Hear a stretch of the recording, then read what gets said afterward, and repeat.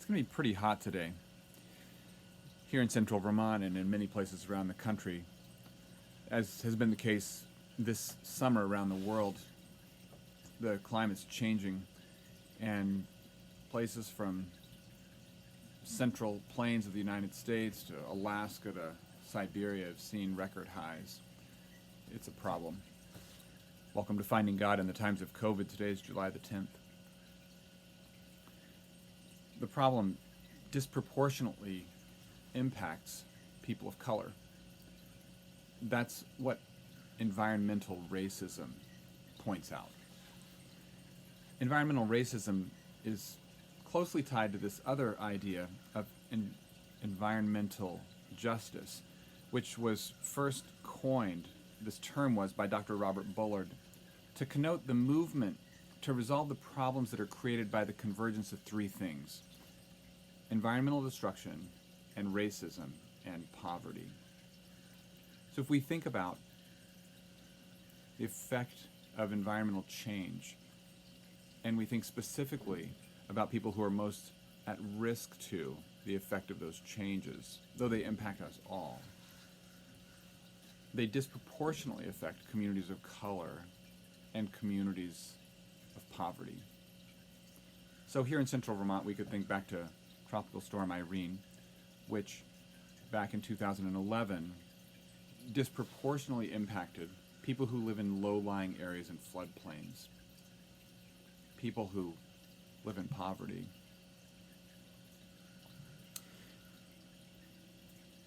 Back in 2018, the Presbyterian Church issued a statement around environmental racism and environmental justice. And it urged people to not only work to change things that are contributory to climate change, but also to listen to voices of people most affected. Why is that important?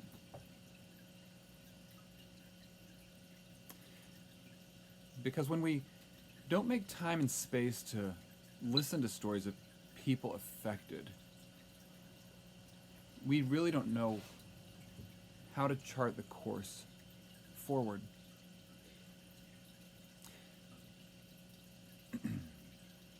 Back in late February of this year, a small group of us had the opportunity to travel to Puerto Rico, a territory of the United States, in order to build some relationships and hear stories of people affected by Hurricane Maria and many other things related to the complications of the relationship that Puerto Rico has with the United States.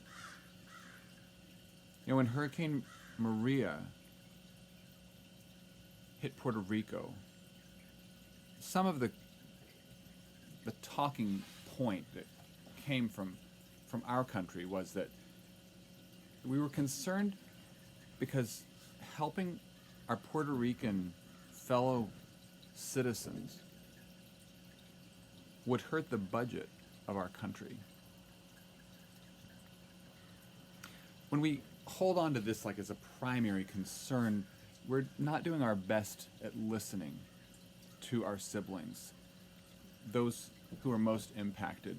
And especially in Puerto Rico, where we learned as we were there, and we learned in doing this reading from the Racial Justice Challenge today, that suicides in Puerto Rico were up 55% from just the previous year, related to the fallout and the response to Hurricane Maria. So when tragedy strikes, right, when resources are limited, when power is hard to access, when clean water is hard to find,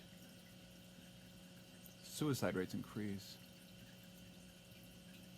So there's this whole web, right, related to environmental work, emotional, psychological well-being, economic impacts.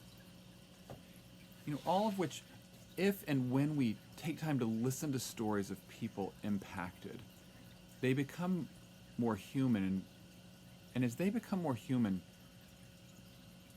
I think we become more humane. Humane, like in the sense of in our bodies, and perhaps humane in the sense of following in the footsteps of Jesus, the human one, who came to incarnate, to embody the love of God as he stood with all people, especially with the poor, the marginalized, and the outcast. So I'm going to ring the bell for a short meditation.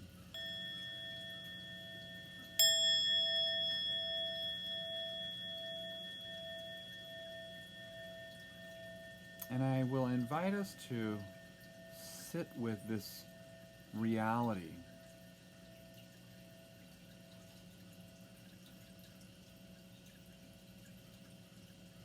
of environmental racism, which might be a term you've known for years or might be one you hear for the first time today.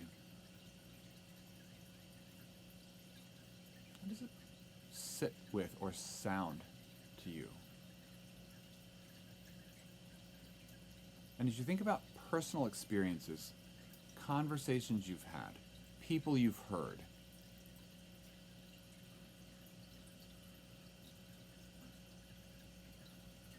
what stories come to mind that you can listen to and respond to?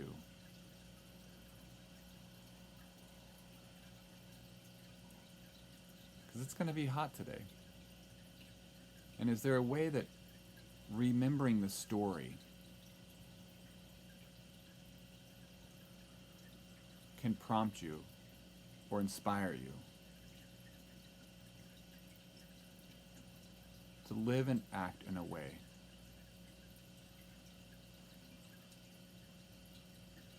breathe in and breathe out,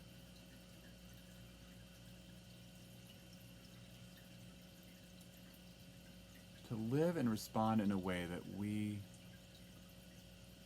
with God's help, create a more just world. I'll ring us back in. May we listen for voices. Blessings on your day.